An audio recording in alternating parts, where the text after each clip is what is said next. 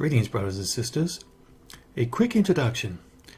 A quick recap of my previous video where I started to break down this second beast. Now, a beast is symbolic of a kingdom and also an animal that is without reason and understanding. And the hidden meaning behind this beast is it is to do with Satan and his kingdoms.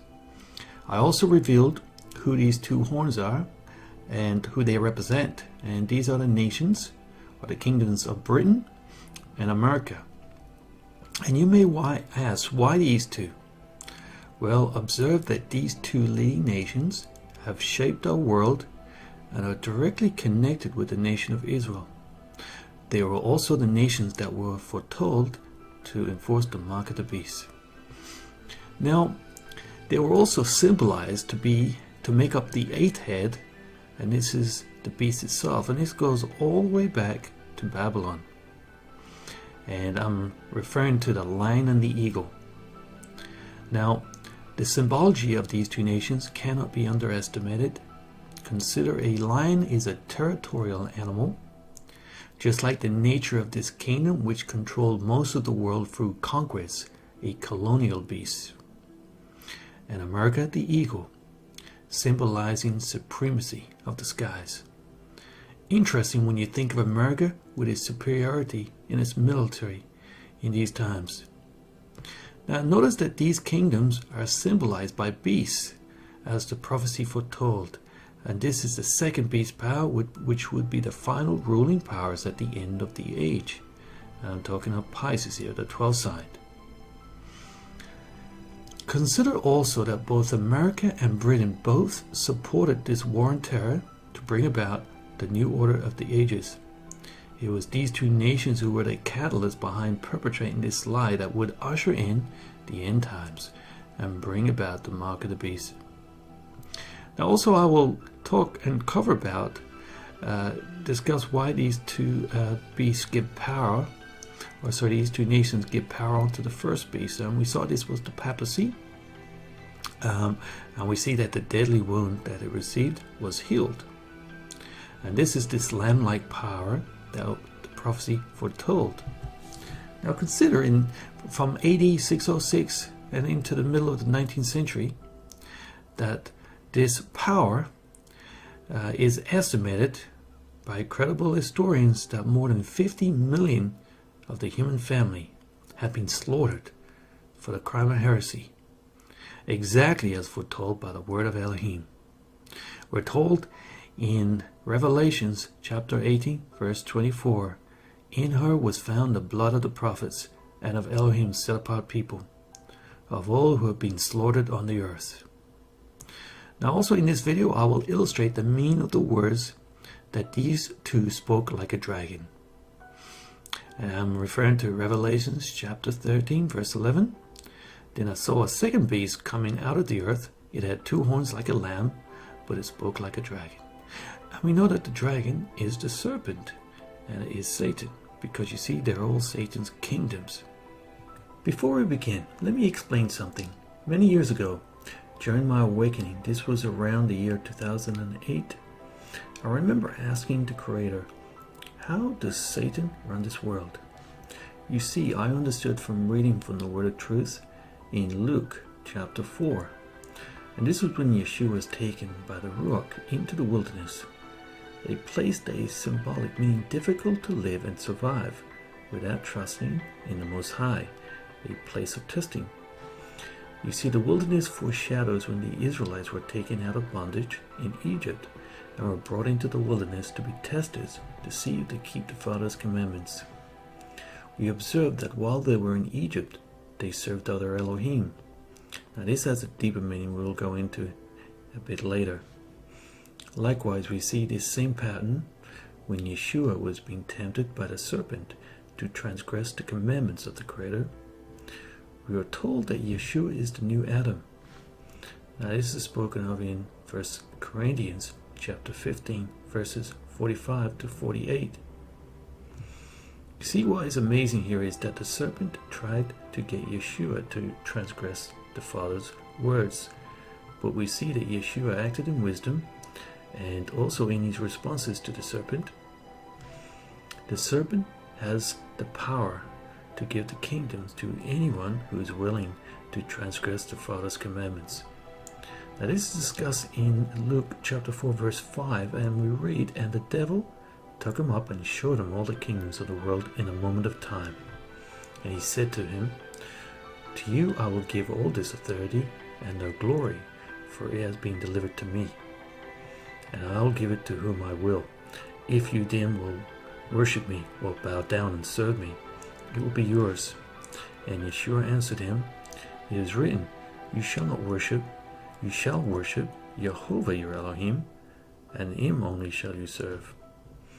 Now this is referring to Deuteronomy 6.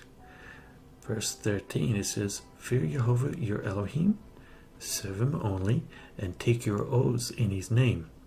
Do not follow other Elohim, the Elohims of the peoples around you." Now, what I want to you observe here is that the people that were around his people took oaths to other Elohim, and they were serving other Elohim. Now this is very deep, and this is what I will explain more in this a bit later. Now, this is clearly breaking the first commandment, and I will demonstrate that this exact same practice has been going on ever since, and we will shine the light of truth and expose that darkness. The key point I want to make here is that this serpent is the one who has control over this world, and for those willing to serve him, he will give them the splendor to them, okay? And I will discuss now what the Father revealed unto me. What the Creator revealed unto me is that Satan controls this world through secret societies such as Freemasonry. At the time, it was like a light went on, and I instantly understood that this makes perfect sense to me. However, I had no knowledge and little understanding on the extent of this. So naturally, I started looking into this to confirm these words and see the truth for myself. And in those days, the truth was being revealed to the world because it was all part of the Great Awakening. And much knowledge was coming out about Freemasonry, and for those willing to look and to seek the truth. And in this video, we will look at some of the conclusions on this and see by their words the truth of what the Creator revealed to me many years ago. You will also discover the power of the words of Yeshua, that the words he spoke address everything. We are told that those very words will condemn them at the last days. Now John chapter 12:48, it says, "There is a judge for the one who rejects me and does not accept my words. The very words I've spoken will condemn them at the last day." I remember having this understanding that Satan and a third of the angels were cast to the earth. But where did this knowledge come from? We get this number from Revelations chapter 12 verse 3. "And another sign appeared in the heaven. Behold, a great red dragon with 7 heads and 10 horns, and on his heads 7 diadems. His tail swept down a third of the stars of heaven and cast them to the earth." Now, it's interesting to note that 1/3 of the angels can be represented by the number 33, the number representing the fallen angels, the side of rebelling. And we're told that on earth they reside. Now about these 2 horns, Revelations chapter 13 verse 11, "Then I saw a second beast coming out of the earth. It had 2 horns like a lamb, but it spoke like a dragon." Now this has a deeper meaning. You see, he is speaking about they speak lies and deceptions. In other words, they are deceivers. So these 2 horns, this power, and we know that this power behind these 2 horns is the dragon. And we'll explore in a moment that they give power unto the beast. Now, to understand these words deeper, we need to consider the words that Yeshua spoke to the Jews. He said in John chapter 8 verse 44, he said, "You belong to your father, the devil, and you want to carry out your father's desires. He was a murderer from the beginning, not holding to the truth, for there is no truth in him. When he lies, he speaks his native language, for he is a liar and the father of lies." Now I've shown you that this is speaking about this continuation of prophecies. And it even goes right back there to the very beginning in Genesis, the serpent and his seed. And this head of gold, or this image of a man, I'm speaking of Babylon here, the head of gold, is this ruler. And these beast kingdoms are all Satan's kingdoms. And you see that Satan is the father of lies, meaning that all those who serve him are also liars and deceivers. Which is really what Yeshua meant also in this parable in Luke chapter 6, verse 39. He also told them this parable, "Can the blind lead the blind? Will they not both fall into the pit?" Now this truly is amazing when you consider these words. That Yeshua spoke with knowledge and understanding. And this is exactly what has been going on in this world. The blind leading the blind. You see, Satan is the father of lies. He is the great deceiver. And we'll see in a moment that even in Freemasonry, how they are being deceived. And how we, the people, were deceived. Now, also, he told us in Matthew chapter 24, verse 4, he says, "Watch out that no one deceives you." Because, you see, deception was going to be the number one thing that was going to deceive humanity at the end. And Yeshua warned us, and the word of truth warned us. Now, I really find it quite amazing that the words of truth and the words of Yeshua is fulfilled. And he mentioned in there also, he said that these very words that I spoke would condemn them at the last day. Now also, in 2 Corinthians chapter 4, verse 4, "The Elohim of this age has blinded the minds of unbelievers, so that they cannot see the light of the gospel that displays the glory of Messiah, who is the image of Elohim." And you see, this is also really quite amazing, that we're told even in these words that the Elohim of this age. And I'll show you that it says that they took oaths, remember, to other Elohim. And this Elohim of this age has blinded the minds of unbelievers. So you see, if you reject the words of truth and reject the words of Yeshua, then you fall under this control of the serpent. And he has the power to blind you, to put you into darkness, meaning you have no sight, you have no vision, you cannot hear, you cannot understand, and you cannot see. And that's really quite amazing. Now I want to show you from the words of from an expert or a master in the field of Freemasonry, and from their own words to confirm these words in 2 Corinthians. Now, General Albert Pike was a 33-degree Freemason, and he wrote a book called The Morals and Dogma of the Ancient and Accepted Scottish Rite of Freemasonry. And he's considered one of those renowned teachers in Freemasonry. And here's some very revealing words from those on the inner side, or the inner sanctuary of the craft itself. Now, he says there, Lucifer, the light bearer, he says, a strange and mysterious name to give to the spirit of darkness. And that's quite amazing. You see, he understood that he was the spirit of darkness. And he says, Lucifer, the son of the morning, is it he who bears the light, and with his splendors intolerable, blinds feeble, sensual, or selfish souls? He says, doubt it not. So you see, we're told in 2 Corinthians chapter 4 that the Elohim of this age has blinded the mind of unbelievers. And here we see that Albert Pike, who understands, you see, he got to see who he's serving. He's serving Lucifer, and he understands that Lucifer his splendors are intolerable, and that he can blind the feeble, the sensual, or the selfish souls. He's told us, doubt it not. You see, what's quite deep here is that Albert Pike and all those in Freemasonry and those in the inner sanctuary, we'll look at that in a moment, are being deceived without even realizing it by the serpent.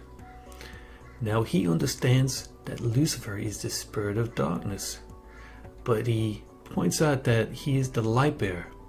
Now we're told in 2 Corinthians chapter 11 verse 14, and it says, and no wonder, for Satan himself masquerades as an angel of light. Now also in Matthew chapter 6 verse 23, but if your eyes are unhealthy, your whole body will be full of darkness. If then the light within you is darkness, how great is that darkness? Now, this is really quite amazing. You see, if the spirit of darkness is leading these people, and if these people do not have eyes to see who they serve, then we're told that their whole body is full of darkness. And if that light within them is darkness, how great is that darkness? Wow, how profound. And that is why they are so deceived and full of darkness. Now let's consider that in Freemasonry, they are bound by oaths under the silence of death. Now also in Matthew chapter 5, again you have heard that it was said to the people long ago, do not break your oaths, but fulfill to Jehovah the vows you have made. But I tell you, do not swear an oath at all, either by heaven, for it is Elohim's throne, or by the earth, for it is his footstool, or by Jerusalem, for it is the city of the great king. And do not swear by your head, for you cannot even make one hair white or black. All you need to say is simply yes or no. And listen, anything beyond this comes from who? The evil one. You see, the evil one is Satan, and this is who they serve. They serve Satan. Now, it clearly states that let your yes be yes and your no be no. But you see, in this divided system of Satan, this political system, which I'll talk about, this is completely the opposite. Because you see, they are bound by these oaths, and they cannot divulge any of the secrets under the penalty of death. You see, history repeats itself. This is why Yeshua was being tempted by Satan in the wilderness, to see if Yeshua would transgress or go against the written words of Elohim, his father. Now, we have the meaning of the words in Deuteronomy chapter 6 verse 13. It says, fear Jehovah your Elohim, serve him only, and take your oaths in his name. Do not follow other Elohims, the Elohims of the peoples around you. You see, this has been the practice that they have been doing, and this is why in Freemasonry they take oaths, because you see, they serve other Elohim. Now, it's also important to talk about this topic, and this really goes deep. Let's consider the words of Manly P. Hall, who was also a 33rd degree Freemason, another expert on this hidden knowledge, and a member of the inner sanctuary. Now, he stated, Freemasonry is a fraternity within a fraternity, an outer organization concealing an inner brotherhood of the elect. Now, that's interesting. You see, the Creator has the elect also. Now, he says it is necessary to establish the existence of these two separate yet independent orders, the one visible and the other invisible.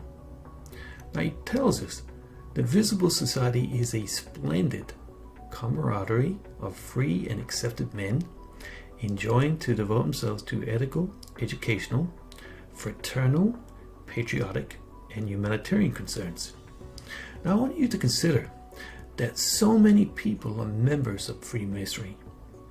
You know, there are doctors, police, politicians, lawyers, teachers, priests, royalty, the list goes on and on.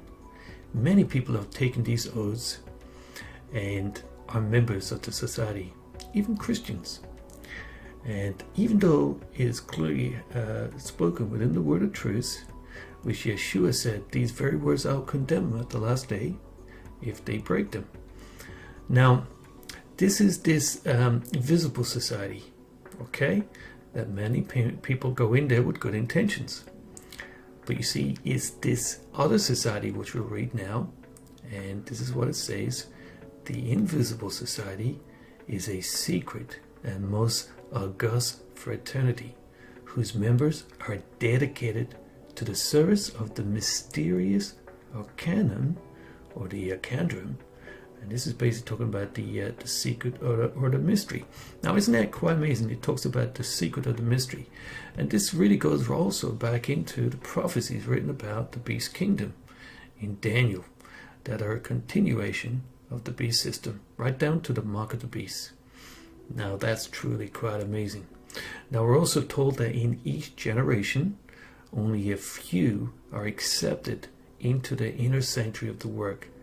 Now, you see, in each generation, and you see these people are who we refer to as the elite or the cabal, or those who are actually really behind the seat of power. You see, because it is like a filtering system, because not everybody that goes in there is actually going to be able to achieve the acceptance into that inner sanctuary, because you see, you have to go through lots of filtering. And of course, Satan is only going to allow those people into his inner sanctuary that are going to serve his desires and his will.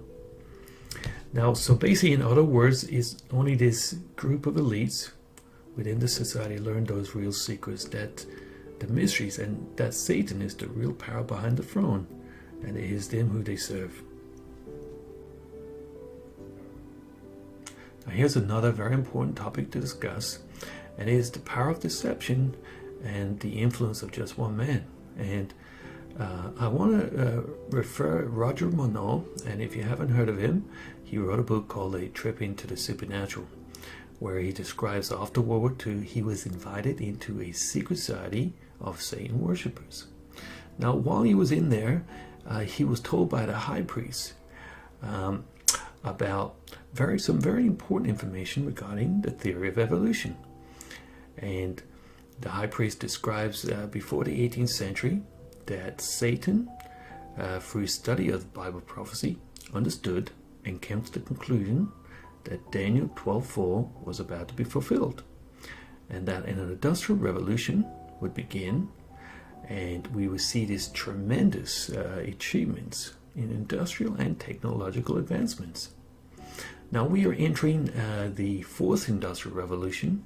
Well, we're already in the fourth industrial revolution, which is all about control of the human mind, artificial intelligence, robotics, nanobot technology. So keep this in mind, because you see, there was a plan formulated by by Satan and his spirit counselors, and it was a three-part plan.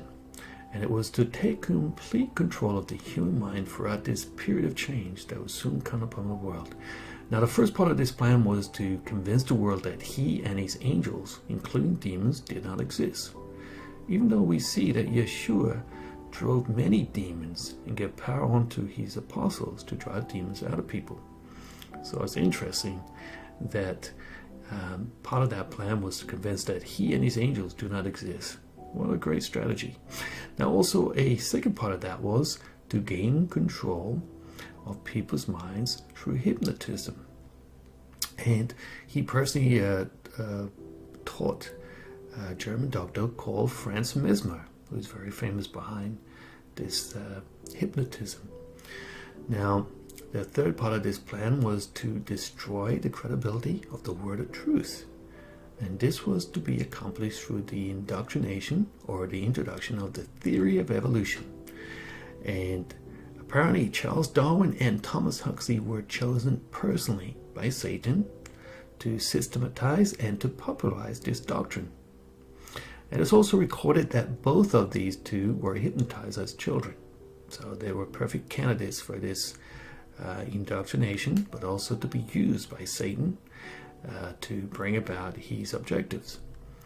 Now, we also see that these spirits consider anyone who teaches the theory of evolution to be a minister of a great religious system. And apparently those people who want to teach these theories receive special commemoration by Satan himself. Now we know that Satan gives great power to induce spiritual blindness, to convince and also to convert. Now, let's look at these pictures, because I always say a picture paints 1,000 words. We see Charles Darwin here holding up the devil's horns, or the sign of the Baphomet, which is an endogenous half animal, half human, half woman creature. Now, it was Charles Darwin who was behind the theory of evolution, but he was also a high-level Freemason, meaning he quietly worshipped Lucifer. So in other words, we see that this man here, who brought this theory of evolution to this world, which become very popularized, because you see Satan's behind all the kingdoms. So it's no surprise that this was accepted, and it is the main doctrine in the school system, because he's behind everything. And of course we see Charles Darwin here in his regalia, in his Freemason attire. And down here, let's consider this sign here is called the death of silence, because you see they're under oath, and they're serving the Prince of Darkness. And even in his own mission here, he says, on the absence of the transitional forms in the fossil record, he says, this is the most obvious and gravest objection which can be urged against my theory. Charles Darwin, 1859. So do not underestimate the power that these men have been given. And it's always Satan behind the realm, and he is the one that has chosen people to be influential and given them power to uphold and carry out his will. Now also over here we have the founding fathers and secret societies. So you see, we always have Freemasonry, we got the Illuminati, the Rosicrucians, and decoding of the Great Seal, because what we'll discover in a moment is that America was founded by secret societies. And in fact, George Washington was a 33-degree Freemason when he took the seat of power, because we're told from the writings of Freemasonry itself that America has a secret destiny, and it has to do with this eye here, which is the eye of Lucifer, or Satan, or basically representing the fallen angels, because they are behind this kingdom, because this is the head of the beast, the final power. Now, let's consider for a moment the symbol of the eagle representing America. Now what you'll observe is this is the same symbol that is used internally in Freemasonry, one of its symbols, only it's the double-headed eagle. Now, I'm just going to describe here these images. So we have on the left here is General Albert Pike, who is a 33rd degree Freemason. And we see here we have a memorial to him, a monument. And below here we have this eagle with two heads, with opposing heads. And in Ezra's it speaks about this. I'll put up the references to this, but it talks about these opposing heads and this eagle, because this symbol is quite important, and we see that it's associated with Freemasonry. Now down here on the right, this book here is called The 2 Centuries of Scottish Rite Freemasonry in America's Southern Jurisdiction, and we see it's the same symbol here, the eagle, the double-headed eagle. So anyway, so America is the symbol of the eagle, but it's also the symbol of Freemasonry, one of its symbols. Now over here, like I mentioned previously, George Washington, we have here connected with Freemasonry, and this is the Masonic Temple, and here he is with Benjamin Franklin. Also over here on the right we can see a monument, Freemasonry and the first president, George Washington. Down here on the left we can see another image of this double-headed eagle, and we see it's the same body, but its heads are facing different direction. Now that's quite symbolic, because remember, the meaning of this mystery is about this divided kingdom as foretold by the feet mixed with iron and clay. Now the iron symbolizing here Satan and the fallen angels, and the clay representing mankind. And this inner sanctuary being Satan's domain, which really practices witchcraft, all forms of wickedness, bending light for darkness, truth for lies, and defiling everything which is pure with corruption. Now, when you consider also in Freemasonry, there is a secret destiny for America. We can see, obviously, this is a book by Manly P. Hall, and we see here it's got the symbol that's on the back of the US dollar bill, and it is the order out of chaos, or the New World Order. And it is the eye up here at the top of the pyramid, and it is illuminated because this represents the fallen angels, Satan and the fallen angels. Now, it's all about symbolism, which we read. And Manly P. Hall here, he describes symbolism is the language of the mysteries.